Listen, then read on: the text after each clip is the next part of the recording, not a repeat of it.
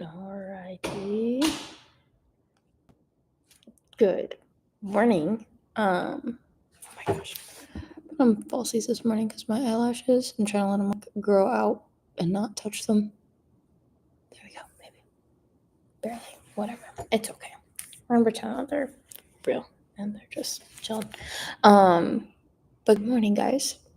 Hope you guys are doing a great. Hope you guys slept well. And you guys are feeling great. That's what shall I say? Huh. I am going to pull up my Bible app because today we gotta power through our daily habits. Because I have a call in 20 minutes, and we have a lot of our devotional to go through. We have reading, we have journaling. So we might modify it. We might do 5 minutes of each. Hey, but we're getting it done. We have to modify our goals or modify our contribution to our goals sometimes. And today's going to be one of those days. So it's going to be crazy. All right, our devotional is going to be the most important.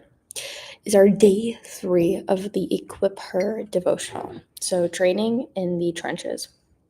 Wow, look at that. All right, consider it pure joy, my brothers and sisters, whenever you face trials of many kinds, because you know that testing of your faith produces perseverance. James 1:2-3. Joy in the trials. How can we rejoice when we are tired, discouraged, and under pressure? Yet this absurd invitation reveals a power principle. Trials do not come to break us, but train us. Ooh, money. Love that. Trials do test our faith, but through the process of resistance, perseverance is built. I'm going to add that one line to my notes page real quick. That's not the right notes page. Where's my notes page? There we go. Paste. Pressure is not a sign of failure, but it's a path to strength. If God allows us to walk through the trenches, it is because He trusts us. He sees something in us that maybe we struggle to see in ourselves. The story of Esther is a powerful illustration of this truth. She was a young Jewish woman who became queen in a hostile environment and was forced to hide her identity in order to survive.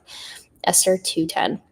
While her people were threatened to be killed, Esther 3:5-6 and 3:13, Esther was walking through a trench.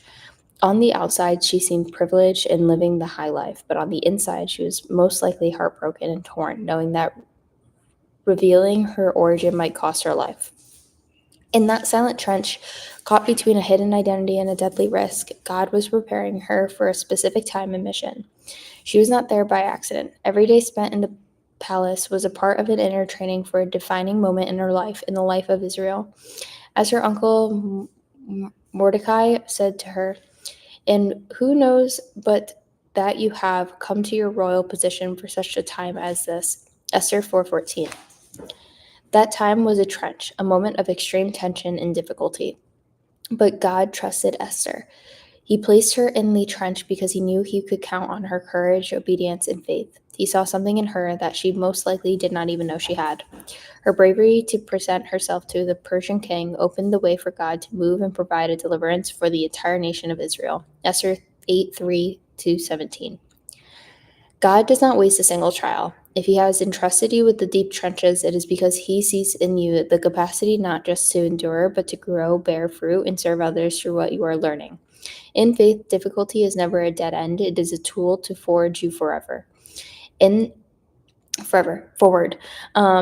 is a sign that God considers you trustworthy. The trenches are not an obstacle to avoid. It is a training ground for those called to make an impact. God trusts you, and the trials you face today are building in the perseverance and the strength that you need for the time of this that is ahead.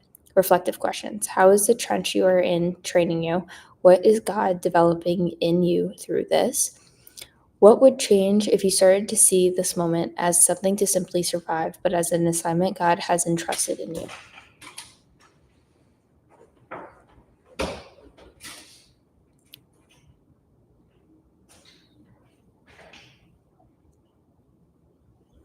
Okay,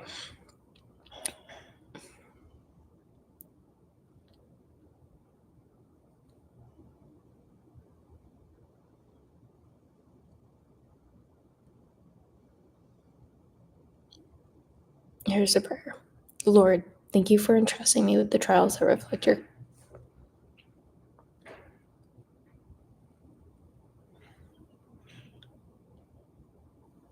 reflect your confidence in me. I no longer want to live through difficult seasons as something to passively endure, but as opportunities to grow, to preserve, and to respond with courage. Build in me as a resilience, faith, and unshakable hope, and a vision that sees beyond the present moment.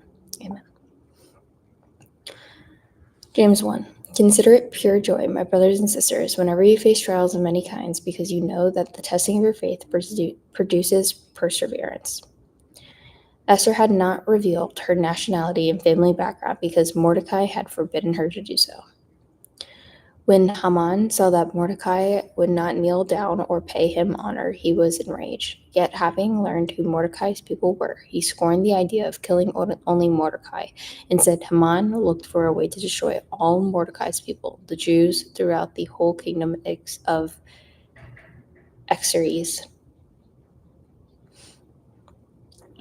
Dispatches were sent by the couriers to all the king's province with order to destroy, kill, and annihilate all of the Jews, young and old, women and children, on a single day, the 13th day of the 12th month, the month of Adar, and to plunder their gods.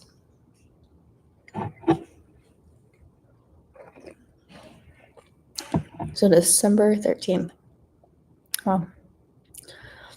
All of the king's officials and the people of the royal provinces know that for any man and woman who approaches the king in the inner court without being summoned, the king has but one law, that they had put to death unless the kings extend their gold scepter to them and spares their lives.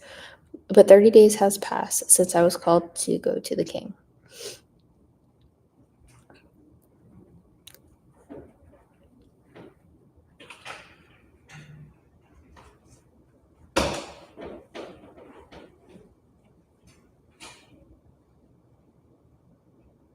Okay.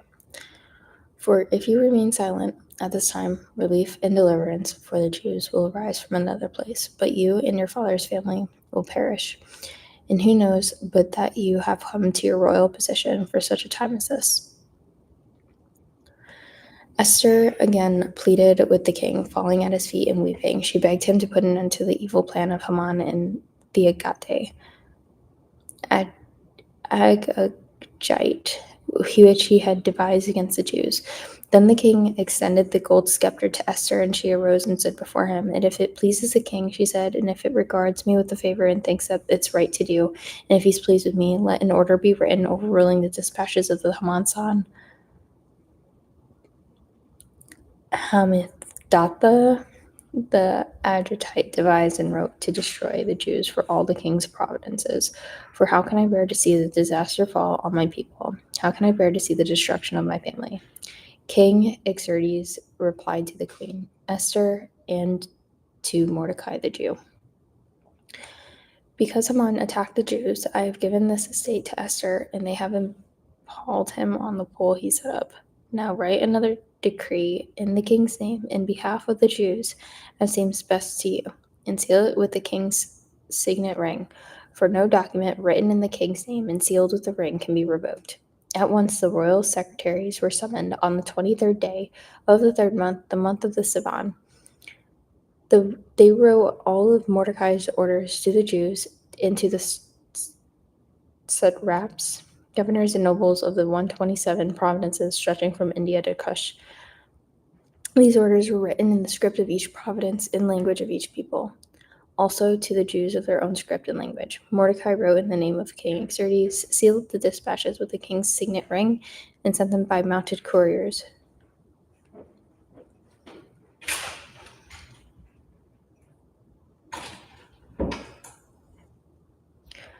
Who rode fast horses, especially bred for the king. The king's edict granted the Jews in every city the right to assemble and project themselves to destroy, king, and annihilate the armed men of any nationality or province who might attack them and their women and children, and plunder the property of their enemies. The day appointed for the Jews to do this in all the provinces of King Xerxes was the 13th day of the 12th month, the month of Adar.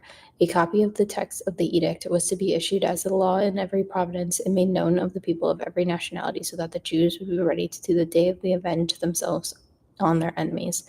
The couriers, riding the royal horses, went out, spurred on the king's command, and in the edict issued at the citadel of Susa. When Mordecai left the king's presence, he was wearing royal garments of blue and white, a large gold crown of gold, and a purple robe of fine linen. And the city of Susa held a joyous celebration. For the Jews, it was a time of happiness and joy, gladness and honor. In every province and every city which the edict of the king came, there was a joy and gladness among the Jews, with feasting and celebrating, and many people of other nationalities became Jews because fears of the Jews had seized them. Wowzers.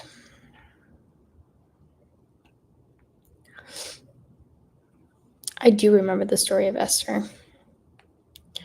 And we are almost through this devotional, which is pretty crazy. All right, next we're going to do is journal. By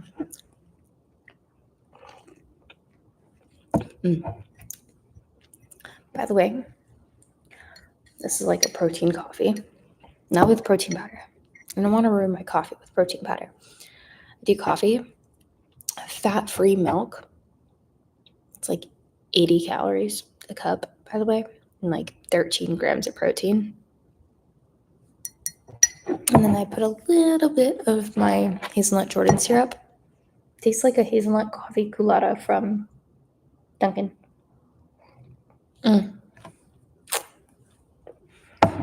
Chef's kiss. All right, I'm going to grab my notebook quick, and then we will quickly write for like 4 minutes, and then we will go ahead and read, and then I will have to see y'all tomorrow. And hopefully we'll have some more time tomorrow. We will not be able to go through wealth today, even though I really, really wanted to and talk about finances. But it's okay. Things happen. I will grab my notebook. I'll be back.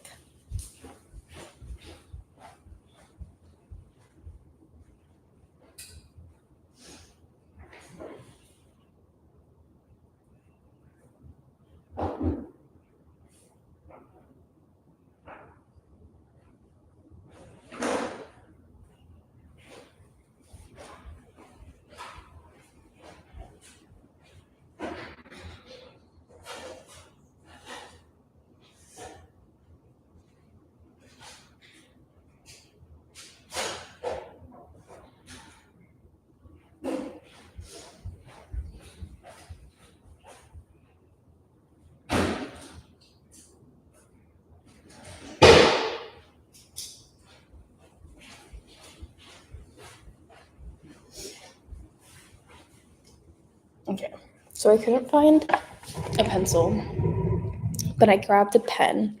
Hopefully I don't screw anything up. But let's go ahead and set the intention for today and journal.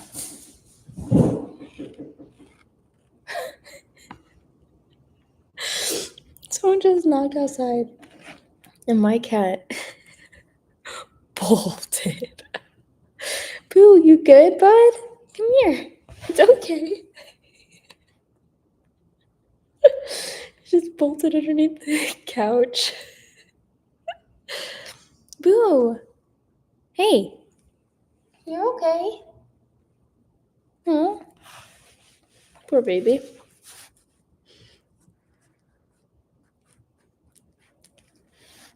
All right. What am I grateful for today? I am grateful for my bestie, Veronica.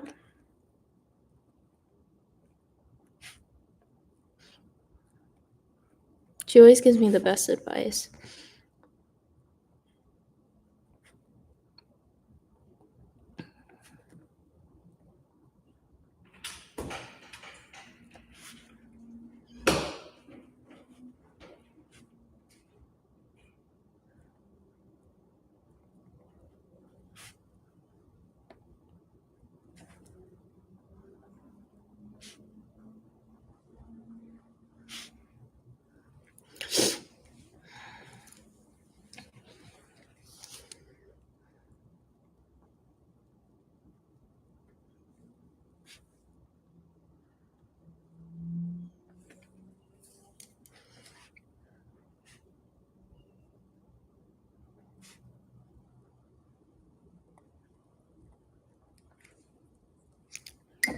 I'm grateful for more coffee today.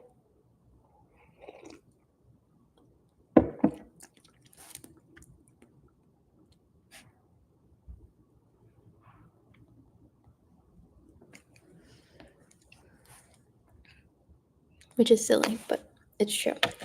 Then I'm grateful for my team at work.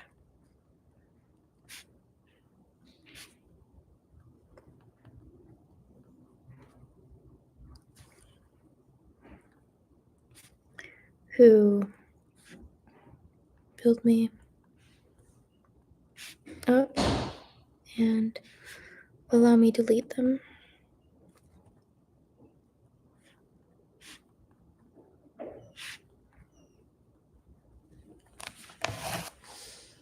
Okay, I might just write my 3 gratitude points. No.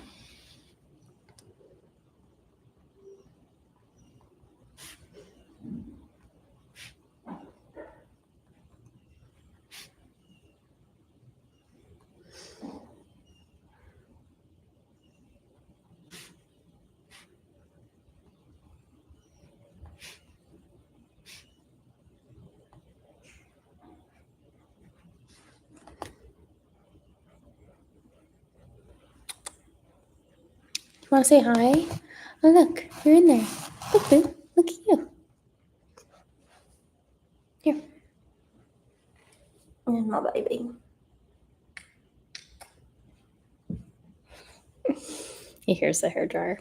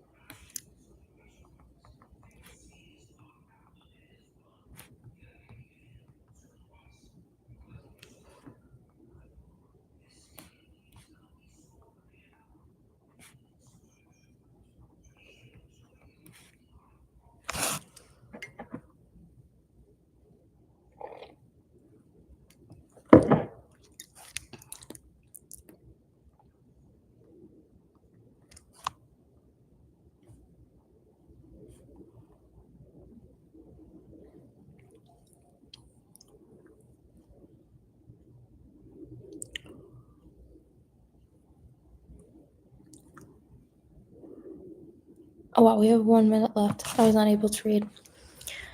I'm going to have to read tonight then. Oh, man, oh, man.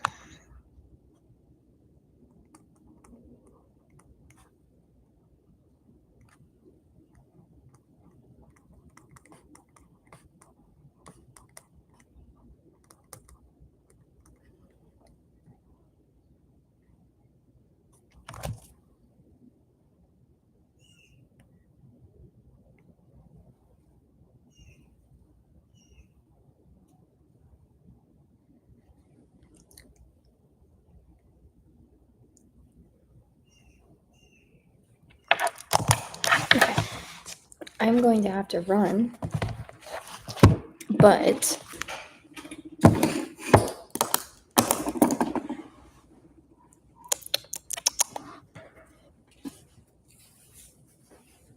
I'll talk to you guys soon. Don't forget to read today, too.